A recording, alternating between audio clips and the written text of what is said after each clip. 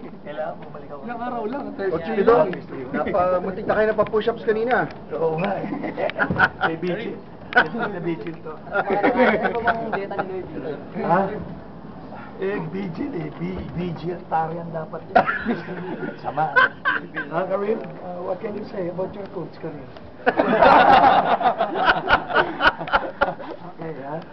I think we have the best coach. Yeah. Tomorrow. Napakain nata. I'll give you a bonus tomorrow.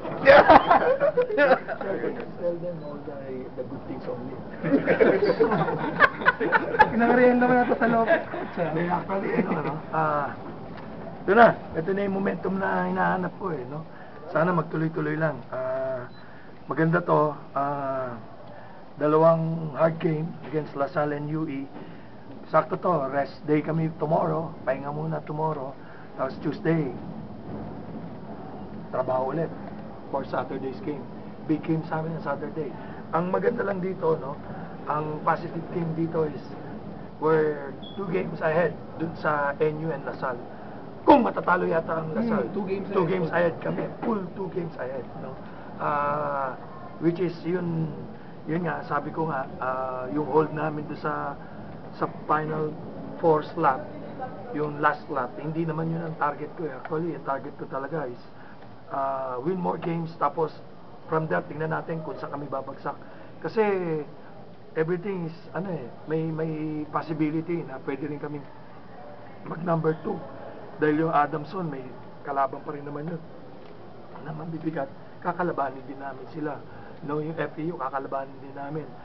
Kasi ang laban dito, labanan ng labanan eh, di ba? Hindi. No? Eh talaga naman dito, kailangan may manalo.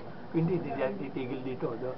Kaya, actually, ang pin-point out ko rito is, yung Adamson and FEU, makakalabang pa nila kami.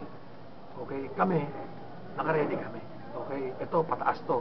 Yung tigre nito, saka nakakita, yung tigre umaakit sa puno. Diba? Yung tigre nasa lupa lang. Ito, pakit ng puno. Dahil gusto mapunta yung tok-tok. So, dahil yung tok-tok, may sarili siyang lupa doon. Okay? Yun. Ha? Hindi nasa tok-tok nandun. Okay. Nandun si ano? Nandun si Slaughter, nandun si Batena. Kaya pakit to, pakunti-kunti. Okay? Alam mo naman, yung tigre, hindi naman ano yan eh. Hindi naman mabilisan laban yan eh. Yan, nag-iisip yan. Nag-aantay kung ano mangyayari. Okay? Regarding kay Karim, di siya natanungin nyo, ba't ako pa? Hindi, ano talaga siya eh. Consistent, grabe. Hindi mo na ma-stop eh. Inside, no? Siguro marami pang kailangan ayusin sa skills niya. Every day, we're doing skills practice, yung post move, yung pick and roll, yung jump shot, yung positioning sa rebounding. Araw-araw ginagawa namin yan. Kasi just to improve his game. At the same time, most importantly is hindi yung skills niya ang nag-improve na gusto. Is yung kung paano niya basahin yung mga kasama niya. Ang hirap nun eh. Alam mo, yung mga import, madali yung skills ituro eh. Pero yung para ano mo yung mga kasamahan mo na ito laro gusto nila ito. Ito, pagka-drive to, bibigyan ako ng bola. O kaya pagka-double, libre, alam niya isushoot. Ang hirap nun. Okay? Ang hirap magkaroon ng blending na gano'n. Which is siya, he keeps on improving na makarelate siya dun sa mga kasama niya. Which is, yun ang nagiging positive dito sa team natin. Kasi, nagkakatulungan na eh. Hindi katulad ng, ang galing ni Karim, hindi naman gano'n eh. Hindi pwedeng, magaling siya, skills-wise. Pero yung team aspect na maglaro as a team, wala. Eh ngayon meron na. Going to the second round, meron na. Medyo nung Ateneo game, medyo tulog lang kami ron. Pero itong last 3 games namin, yung 3 wins namin dito sa second round, medyo maganda na talaga paakyat. Coach, since 5 years, may 4 years pa siya, feeling mo, since nag-improve siya every game, may chance na kahit yung laro ni Jerby, parang siguro kahit... Hindi, kasi si Jerby, no? Actually, si Jerby, bago maglaro ng Team A yun, nasa residency yun for 3 years, 2 years, tapos another year. Kasi nagka-problema dun sa academics niya. Kaya lalong nahinog yung bata. Tapos, ang laro ni Jerby, larong Pilipino eh. Ito, larong import to eh. Kaya medyo malayo, yun nga sinasabi ko, malayo pa siya dun sa larong Filipino style. Kung makuha niya yan, through the years, hindi naman na ituturo yan ng biglaan eh. experience yan eh, experience.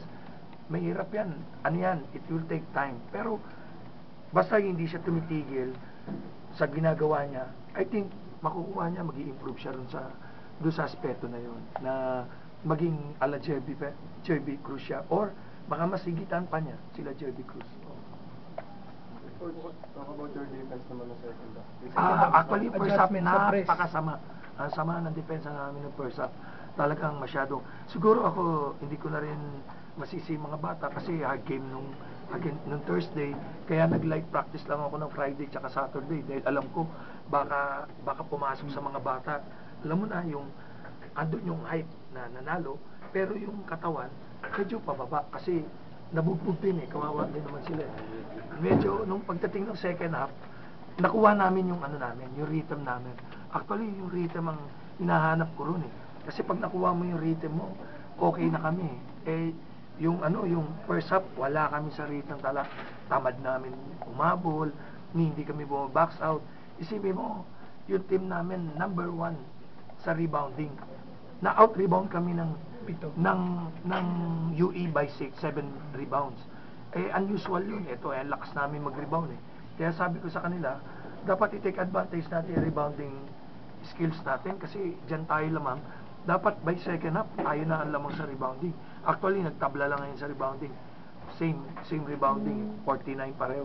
Pero yung average namin, nakuha namin, sobra pa. Okay. Tingin mo ba kaya, dahil maaga yung laro, kaya medyo... Kasi ganito yan, law of averages, no? Law of averages, yung UE, medyo pakiramdam nila, sila is depleted yung lineup. Pangalawa, ang tingin sa kanila, wala kayong tatalunin. Kaya sila, nothing to lose kaya lose sila maglaro. Laro lang sila. Everything to gain sila pagka nanalo no? Basta laro lang sila. Ang gusto lang nila, sige, sipag lang tayo. Kaya lang, yun, eventually, darating din yung time na medyo nauubos din sila, no? Mauubos din sila. Eh, kami naman, kahit papano, naitaas namin yung level ng laro namin. Not like in the first half. Coach, anong aspect ng game ngayon tsaka yung the past release na pwede niyong dalhin against FU and Adamson na makakatulong? For me, simple lang. Yung depensa namin, yun ang magdadala sa amin. Okay? Pagka naglaro kami, we play good defense, mahirap tayong talunin. Kasi yung offense, nandun na yun eh. May flow naman yung offense namin eh.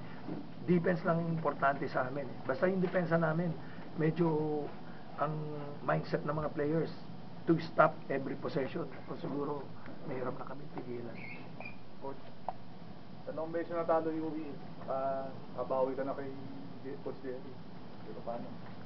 Kay Coach Jerry, 85. Hindi. Pass is passion eh. Basta ako, kahit papano, na-redeem ko na lang yung sarili ko noong 2006 eh.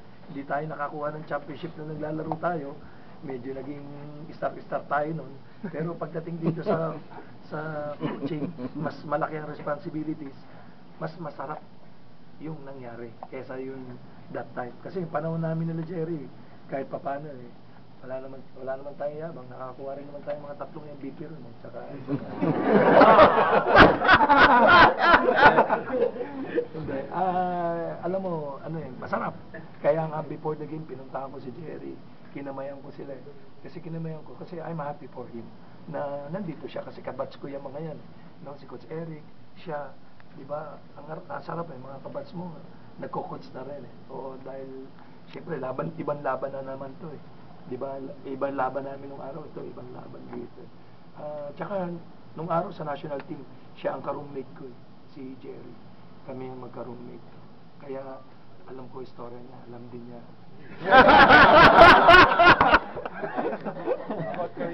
Kareem, how does it feel that several of your USDC businesses have been anchored on you? Well, of course it feels good, but it's because of our team sacrifice. During our team building this year, our team was on sacrifice for the team. So that's what we're all doing. And as I said before, I think that with the work of the whole team, we'll make it to the Final Four this year. Thank you.